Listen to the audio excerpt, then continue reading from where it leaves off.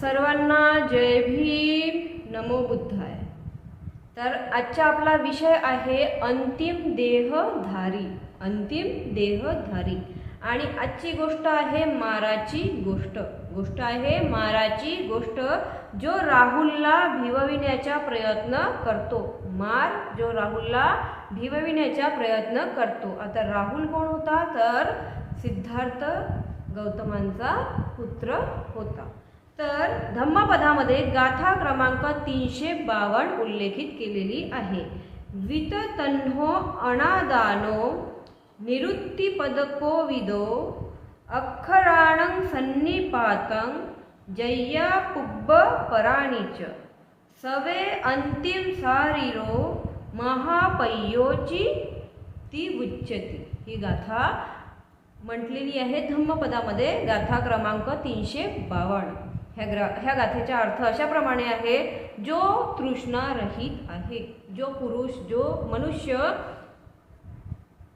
तृष्णा रहित आहे, जो परिग्रह रहित आहे, जो भाषा आणि काव्य जाणतो, जो मनुष्य भाषा आणि काव्य जाणतो, जो अक्षरांना प्रथम नंतर व्याकरण जाणतो, ठेवणे जाणतो, तो नक्कीच अंतिम शरीर धारण करणारा तथा महाप्रज्ञा समजला जातो. जो अक्षरांना प्रथम आणि त्यानंतर व्याकरण जाणतो, तो नक्कीच अंतिम शरीर धारण करणारा तथा महाप्रज्ञा समजला जातो. अशा प्रकारे ह्या गाथेचा अर्थ आहे. भगवान जेतवनात विहार करत होते.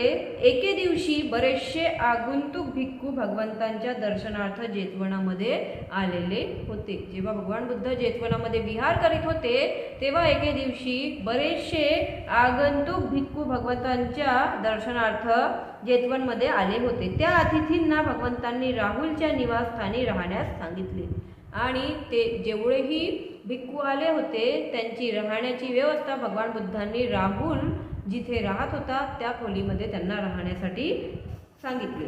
रात्री राहुलला झोपण्यासाठी अन्य स्थान न मिळाल्यामुळे भगवंतांचे निवासस्थान गंधकुटीच्या बाहेर राहुलने आपली झोपण्याची व्यवस्था केली. रात्री त्याला कुठेही झोपण्यासाठी स्थान न मिळाल्यामुळे त्यांनी भगवंतांच्या गंधकुटीच्या बाहेर स्वतःसाठी झोपण्याची व्यवस्था केली. त्यावेळी राहुल जरी श्रामणेर असला तरी अर्हतत्वाच्या अत्यंत जवळ पोचलेला होता. त्यावेळी राहुल श्रामणेर होता, परंतु तो अर्हत पदाच्या जवळ पोचलेला होता. माराने गंधकुटीच्या अंगणात राहुलला झोपलेला पाहून हत्तीचा वेश धारण केला. माराने राहुलला गंधकुटीच्या बाहेर झोपलेला पाहून हत्तीचा वेश धारण केला. त्याचे जवळ जाऊन सोंडाने त्याच्या डोक्याला धरून क्रोश पक्ष्याच्या आवाजाप्रमाणे चित्कार काढला.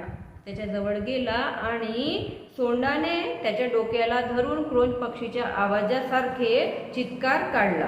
गंधकुटीच्या आसपास लक्षावधी मार जरी आले तरी माझ्या पुत्रास भयभीत करू शकत नाही. गंधकुटीच्या आसपास लक्षावधी कितीही लाखो मार जरी आले तरी ते राहुलला भयभीत करू शकत नाही. माझा पुत्र निर्भय आहे.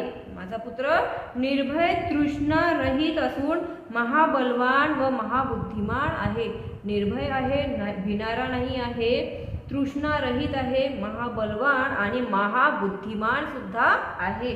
असे बोलून भगवान बुद्धांनी पुढील दोन्ही गाथा म्हटलेल्या होत्या.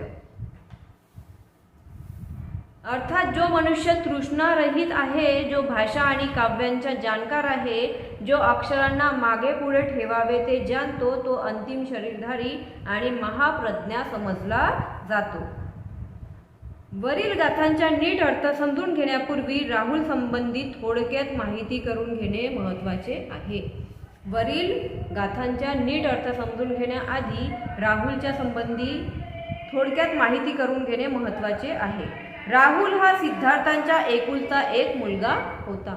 राहुल सिद्धार्थांचा एकुलता एक मुलगा होता. जेव्हा सिद्धार्थाने घर सोडले, महान अभिनिष्क्रमण केले, तेव्हा राहुल फक्त 7 वर्षांचा होता. जेव्हा सिद्धार्थाने महानिविष्क्रमण केले तेव्हा सिद्धार्थ फक्त आणि फक्त 7 वर्षाचा होता. तेव्हा राहुलची माता यशोधरा बुद्धाकडे बोट दाखवून राहुलला म्हणाली, राहुल हे तुझे पिता आहेत. आणि राहुलची माता यशोधरा तेव्हा तथागतांकडे बुद्धांकडे बोट दाखवून म्हणाली, राहुल हे तुझे पिता आहे, तू आपल्या पित्याला वारसा माग. हे सांगताना तिने नरसिंह गाथा म्हटल्या. आणि असं सांगताना तिने नवगाथा नरसिंह गाथा म्हटल्या, ज्या गाथांमध्ये राजाच्या प्रज्ञेबद्दल पायापासून ते डोक्यापर्यंतचे वर्णन केलेले आहे. ह्या गाथेमध्ये राजाच्या प्रजेबद्दल पायापासून ते डोक्यापर्यंतचे वर्णन केलेले आहे. आणि शेवटच्या गाथेमध्ये बुद्धांचे जीवन वर्णन केलेले आहेत. नवगाथा म्हटल्या तर शेवटच्या गाथामध्ये बुद्धांचे जीवन वर्णन केलेले आहेत.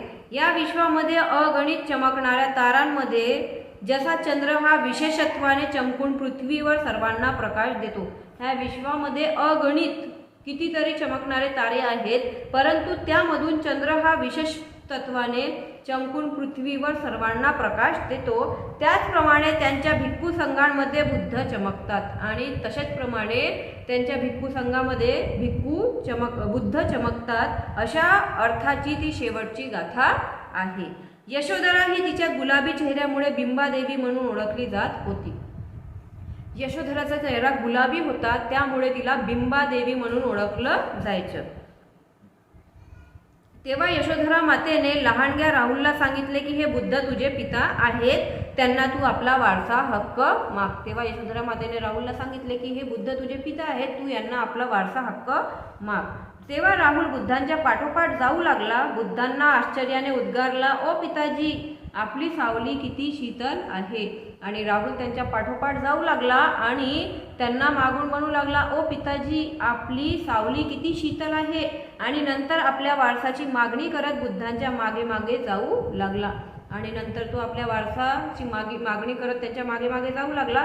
बुद्धांनी बराच वेळ गप्प राहणेच पसंत केले, परंतु बुद्ध बराच वेळ गप्प राहिले. परंतु राहुलाने जेव्हा त्यांच्या पाठलाग केला तेव्हा बुद्ध सारीपुत्राला म्हणाले, सारीपुत्रा, राहुलला भौतिक संपत्तीचा वारसा हवा आहे. जेव्हा राहुल त्यांच्या पाठोपाठ जाऊ लागला तेव्हा भगवान बुद्ध सारीपुत्राला म्हणाले की राहुलला संपत्तीचा वारसा हवा आहे, परंतु माझ्याजवळ तर आता तो वारसा उपलब्ध नाही. परंतु माझ्याजवळ आता संपत्तीचा वारसा उपलब्ध नाही, मात्र माझ्याजवळ 7 प्रकारची संपत्ती आहे. परंतु भगवान बुद्ध सांगतात सारीपुत्राला की माझ्याजवळ संपत्तीचा वारसा तर नाही, 7 प्रकारची संपत्ती आहे, ती राहुलला मी देऊ इच्छितो. ती 7 प्रकारची संपत्ती मी राहुलला देऊ इच्छितो. पहिली संपत्ती आहे श्रद्धा. दुसरी आहे शील. तिसरी आहे हिरी, म्हणजे अकुशलाबद्दलची लज्जा बाळगणे. हिरी म्हणजे अकुशलाबद्दलची लज्जा बाळगणे.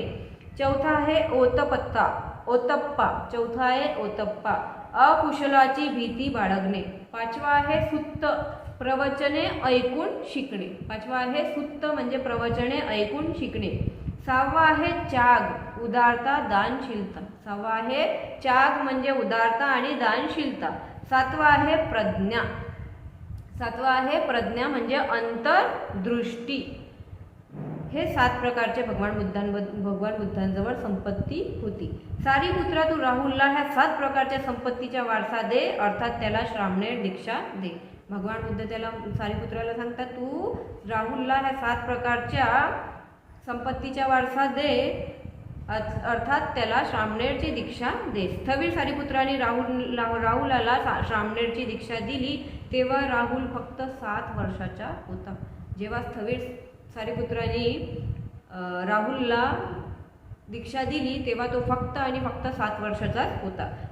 राजा शुद्धोधन त्याच्या नातू राहुल दीक्षित झाल्याने ऐकून अत्यंत शोकाकुल झाला. आणि राजा शुद्धोधनाला जेव्हा माहिती पडलं की त्यांच्या नातू राहुल सुद्धा आता दीक्षित झालेला आहे तर ते अत्यंत शोकाकुल झाले. ते बुद्धाकडे गेले आणि त्यांचे दुःख त्याने बुद्धासमोर व्यक्त केले. शुद्धोधन राजा बुद्धांकडे गेले आणि आपले दुःख बुद्धांकडे त्यांनी व्यक्त केले. त्यांच्या शोकाला करुणाभाव होता. त्यांचा जो शोक होता त्याच्यामध्ये खूप करुणाभाव होता. बुद्धाला त्याने दोष देण्याचा प्रयत्न केला. शुद्धोधन राजा बुद्धांना दोष देण्याचा प्रयत्न करत होते, कारण नुकताच लग्नाच्या तयारीत असलेला त्याचा मुलगा नंद ह्यालाही बुद्धांनी दीक्षा देऊन त्याचे लग्न मोडले होते. कारण ह्यापूर्वी पण नंद जो होता त्याला सुद्धा भगवान बुद्धांनी दीक्षा दिली होती आणि अशा प्रकारे त्याचं लग्न काही मग झालेलं नव्हता.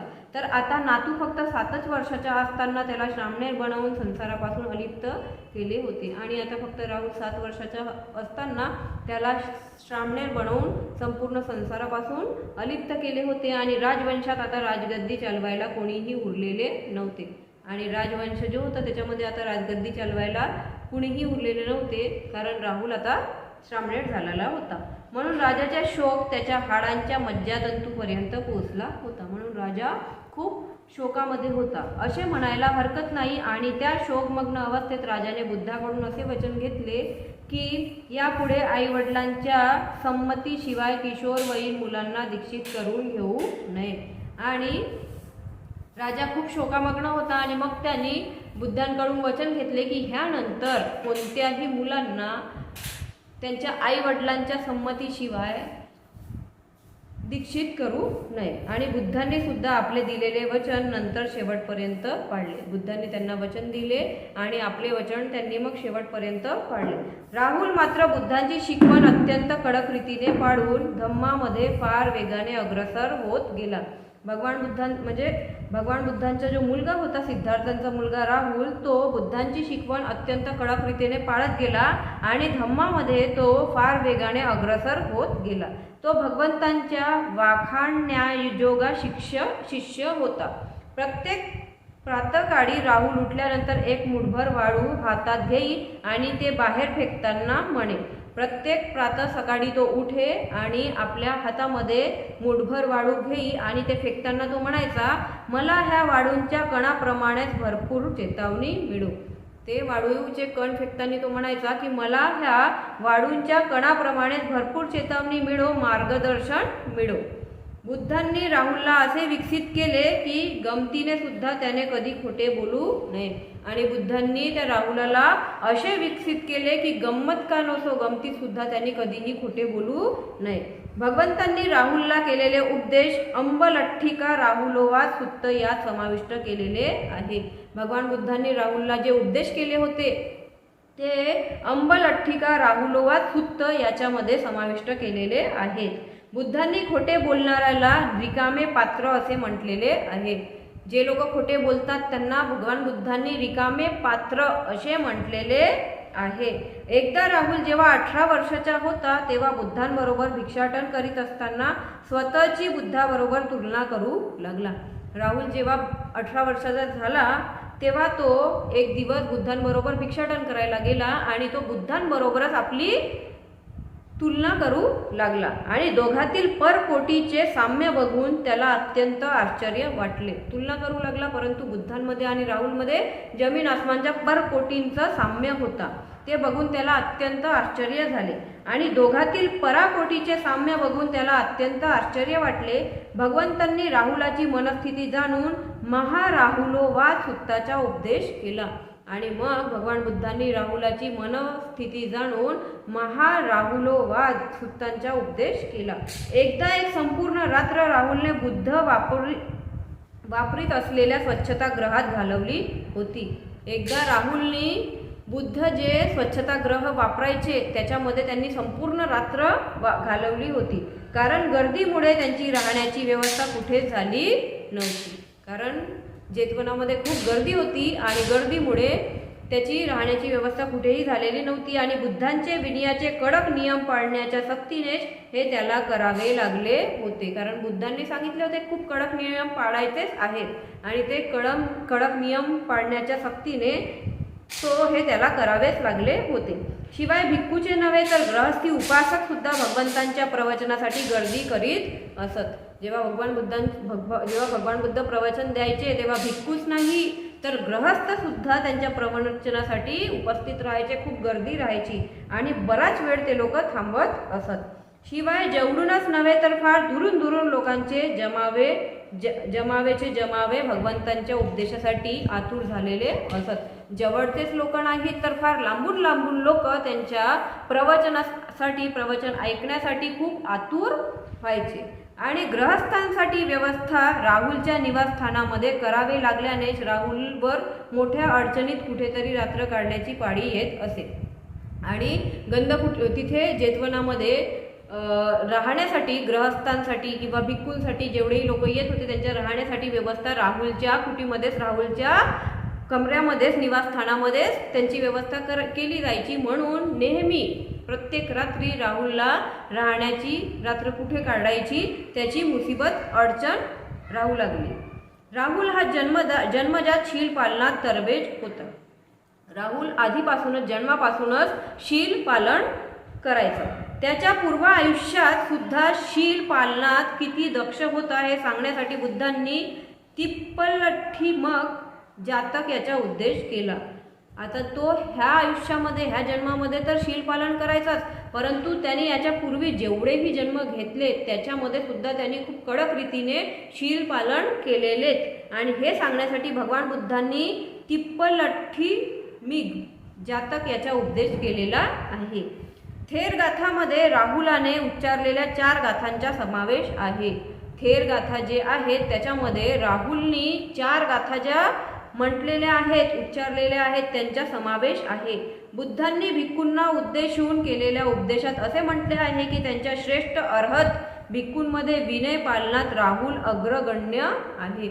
आणि भगवान बुद्ध जेव्हा भिक्खूंना उपदेश करत होते तेव्हा त्यांनी असं म्हटलेलं आहे की त्यांच्या श्रेष्ठ अर्हत भिक्खूंमध्ये जेवढेही श्रेष्ठ अर्हत भिक्खू आहेत त्यांच्यामध्ये विनय पालन म्हणजे रूल्स पालन करण्यामध्ये राहुल अग्रगण्य म्हणजे सर्वोच्च स्थानावर आहे. राहुलाची जीवनकथा कमी अधिक प्रमाणात भिक्खू रठ्ठपालाशी मिळती जुळती आहे. राहुलाची जी जीवनकथा आहे ती कमी अधिक प्रमाणामध्ये भिक्खू रठ्ठपालाशी मिळती जुळती आहे. ह्यांनी अगदी तरुण वयात अफाट संपत्तीला त्यागून भिक्खू जीवन पत्करले होते. जे रठ्ठपाल होते त्यांनी अगदी तरुण वयामध्ये भिक्खू जीवन त्यागून दिलं होतं आणि गृहस्थ जीवन त्यागून दिलं होतं आणि भिक्खू जीवन पत्करले होते. संपत्ती गोळा करणे त्यांना उचित न वाटल्यामुळे आपल्या संपत्तीच्या सर्वच वाटा गरिबांना दान केला. आणि जेव्हा त्यांनी भिक्खू जीवन स्वीकारले तर संपत्ती गोळा करून मी काय करणार असा विचार करून मग त्यांनी आपल्या संपूर्ण संपत्तीच्या वाटा गरिबांना दान करून दिला होता. कुणी तर रठ्ठपालनी. भगवंतांनी वरील 2 गाथा माराला उद्देशून म्हटलेल्या आहेत. छोटासा राहुल 7 वर्षाचा असताना श्रामणेर झाला आणि लवकरच तो अरहंतपद प्राप्तीच्या अगदी निकट येऊन पोचला होता. माराचा हल्ला तेव्हाच होतो जेव्हा कोणी बुद्ध होण्याच्या निकट येतो. माराचा हल्ला केव्हा होते जेव्हा कोणीतरी बुद्ध होण्याच्या खूप निकट असतो. त्या अगोदर मार विशेष हल्ला करीत नाही. त्याच्या अगोदरपर्यंत मार कधीही हल्ला करत नाही. माराने हल्ला केला त्यावेळी राहुलच्या खोलीत अतिथीची राहण्याची व्यवस्था केली गेली होती.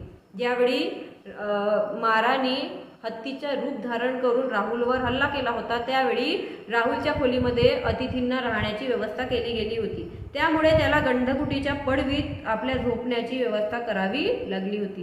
त्याच्यामुळे त्याला झोपण्यासाठी जागा नव्हती आणि म्हणून तो गंधकुटीच्या बाहेर झोपला होता. अर्हत पदाची अंतिम घडी येऊन ठपली होती. तो अर्हत पदाच्या खूप जवळ होता. कदाचित बुद्धाच्या सानिध्यामुळे हे घडत असले पाहिजे. माराच्या लक्षात आले की हा लहान मुलगा असल्यामुळे काम वासनेचे प्रलोभन दाखवून यावर हल्ला करणे कठीण आहे. आता माराच्या लक्षामध्ये आले की हा फक्त 7 वर्षाचा मुलगा आहे, लहान मुलगा आहे, तर ह्याच्यावरती आपण काम वासनेचे याला प्रलोभन देऊन याला हल्ला करणे खूप कठीण आहे. काम वासनेचा हल्ला 14-15 वर्षानंतरच शक्य आहे आणि तो फक्त 7 वर्षाचा होता. माराला 2 तऱ्हेचे हमले सोयीचे वाटले आणि माराला फक्त 2 तऱ्हेचे हमले सोयीचे वाटले. एक तर कामवासना आणि दुसरा होता भय. पहिला होता कामवासना आणि दुसरा होता भय. परंतु तो 7 वर्षाचा मुलगा होता त्याच्यामुळे त्याच्यावर कामवासनेचा हल्ला तो करू शकला नाही. आता लहान मुलाला कामवासनेचा काहीच परिणाम होणार नाही, तो लहान होता. हे पाहून माराने भयाचा प्रयोग करण्याचा प्रयत्न केला. म्हणून दुसरा त्यांनी हमला करण्याचा प्रयत्न केला तो म्हणजे भयाचा. त्याने मोठ्या हत्तीचे सोंग घेऊन सोंडेने त्याचे शीर पकडून भयंकर चित्कार केला. त्यांनी माराने मोठ्या हत्तीचे सोंग घेऊन सोंडेने आपल्या सोंडेने त्याच्या शिर पकडून डोकं पकडून भयंकर चित्कार केला. ह्या कथेच्या तथ्याला समजून घ्या. असे राहुलाच्या मनात घडले असेल किंवा दुःख स्वप्नात घडले असेल आणि तो चित्कार कदाचित राहुलाच्या तोंडातून बाहेर पडला असेल. बऱ्याचदा आपल्याला स्वप्नात घडताना आढळते. बऱ्याचदा आपण स्वप्न बघतो, स्वप्नामध्ये काही बघून जातो आणि झोपेत लोक बरडतात किंवा चित्कारही बाहेर पडतो. कुणी झोपेत बरडतात आणि कुणी ओरडतात, चित्कार करतात. बुद्धांनी हे सर्व गंधकुटीत असताना जाणले आणि त्यांनी शब्द उच्चारले. जेव्हा बुद्ध गंधकुटीमध्ये होते तेव्हा त्यांनी हे सगळं जाणले की मार आता माझ्या मुलाला राहुलला मारण्यासाठी आलेला आहे. तर तेव्हा भगवान बुद्ध उच्चारतात, मार तुझ्यासारखे लक्षावधी माझ्या पुत्राला भयभीत करू शकत नाहीत. तुझ्यासारखे लक्षावधी लाखो मार येतील तरी ते माझ्या पुत्राला भयभीत करू शकत नाहीत. इथे एक गोष्ट लक्षात ठेवण्यासारखी आहे. बुद्ध राहुलाला माझे पुत्र असे म्हणतात ते त्यांनी त्याला जन्म दिला म्हणून नव्हे.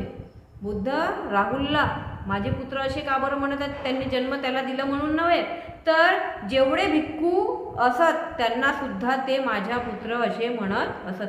जेवढेही भिक्खू असत ते त्यांना माझा पुत्र, भगवान बुद्ध त्यांना माझा पुत्र असेच म्हणत असत. राहुल तर पुत्र होताच, परंतु त्या अर्थाने त्यांनी पुत्र ह्या शब्दाचा उच्चार केलेला नाही. राहुल तर त्यांच्या स्वतःचा पुत्र होताच, परंतु ते सगळ्या भिक्खूंना पुत्र म्हणूनच हे करायचे. तर एक भिक्खू एक श्रामणेर या अर्थाने त्यांनी माझा पुत्र या शब्दांचा उच्चार केलेला आहे. भिक्खूला, श्रामणेरला, स्थवीरला, महास्थवीरला ते सगळ्यांना माझ्या पुत्रच म्हणायचे. बुद्धांचे पुत्र बुद्धांची संपत्ती या अर्थाने केलेला आहे. बुद्धांचे पुत्र म्हणजे बुद्धांची संपत्ती. बुद्धांची संपत्ती कोण आहे? तर पूर्ण भिक्खू संघ. बुद्ध म्हणाले, मार माझ्या पुत्राला तुझ्यासारखे लाखो सुद्धा भय उत्पन्न करू शकत नाही. आणि अशा प्रकारे बुद्ध म्हणतात की माझ्या पुत्राला तुझ्यासारखे लाखो मार येतील तरी ते माझ्या पुत्राला भयभीत करू शकत नाहीत. कारण माझा पुत्र निर्भीक आहे, भिणारा नाही आहे, तृष्णा रहित आहे, तृष्णेपासून मुक्त झालेला आहे, महाबलवान आहे, खूप शक्तिवान आहे आणि महाबुद्धिमान आहे, खूप बुद्धिमान सुद्धा आहे. आणि ज्याने अरहंत पद प्राप्त केले, जो कुणी अरहंत पद प्राप्त करतो तो भयभीत, तृष्णारहित आणि निर्मल असतो. ज्याही व्यक्तीने अरहंत पद प्राप्त केले तो भयभीत, तृष्णारहित आणि निर्मल असतो. ज्याने संसार शल्यांना कापून काढले अशा त्या राहुलाचा हा अंतिम देह आहे. बुद्ध माराला म्हणाले, मार हा राहुल अंतिम देहधारी आहे. आणि बुद्ध माराला सांगतात की राहुल अंतिम देहधारी आहे. आता तू त्याला भिवू शकत नाही, आता तू त्याला भिवू शकणार नाही. आता त्याची शेवटची घडी आलेली आहे. कारण अरहंत पद प्राप्त झाल्यानंतर भिक्खू किंवा कुणीही जास्ती दिवस जिवंत असू शकत नाही. ह्यानंतर तू त्याला भिवू शकणार नाही. आता त्याची शेवटची घडी आलेली आहे. ह्यानंतर पुन्हा त्याला देह प्राप्त होणार नाही. जो ही अरहंत पदाला प्राप्त झाला तो ह्या पुनर्जन्मच्या भवचक्रापासून मुक्त झाला. त्याचा पुन्हा जन्म होणार नाही, मनुष्य जन्माला तो येणार नाही. म्हणून आता त्यांनी अरहंत पद प्राप्त केलेला आहे आणि तो ह्या जन्मचक्राच्या भवचक्रातून दूर गेलेला आहे. त्यामुळे तू त्याला मृत्यूचीही भीती दाखवू शकत नाही. म्हणून तू त्याला आता मृत्यूची भीती दाखवू शकत नाही. बुद्ध म्हणतात, जोपर्यंत जीवनाचे आकर्षण आहे, जेव्हापर्यंत आपल्या जीवनाचे आकर्षण आहे तोपर्यंत मृत्यूची भीती वाटत असते. आपल्याला जीवनाचे आकर्षण, जीवन जगायचं आहे, हे करायचं आहे, ते करायचं आहे, नाही का, हे घ्यायचं आहे, ते घ्यायचं आहे, तर तेव्हापर्यंत आपल्याला मृत्यूची भीती वाटत असते. तेव्हापर्यंत आपण मृत्यूला भीत असतो. जेव्हा जीवनाचे आकर्षण संपते, जेव्हा आपल्या जीवनाचे आकर्षण संपते तेव्हा मृत्यूची भीती वाटत नाही. जीवनाचे आकर्षण जेव्हा आपले संपले तेव्हा आपल्याला मृत्यूची भीती वाटणार नाही. राहुलची आता भवतृष्णा समाप्त झालेली आहे. त्यामुळे ह्याचा आता जन्म होणार नाही आणि त्याच्यामुळे ह्याचा आता जन्म होणार नाही. आता पुन्हा हा गर्भाशयात पडणार नाही. हा महाशून्यात प्रवेश करायला तयार आहे. हा जन्मात आता येणार नाही आणि आता हा महाशून्यामध्ये प्रवेश करायला तयार आहे. मार याला तू घाबरवू शकत नाही. आणि तथागत त्यांना म्हणतात की तू आता याला घाबरवू शकत नाही. तुझी चेष्टा आता व्यर्थ आहे. तू विचार करत असणार की मी याला आता घाबरवणार आणि याला मारणार, तर तुझी जी चेष्टा आहे ती सगळी व्यर्थ आहे.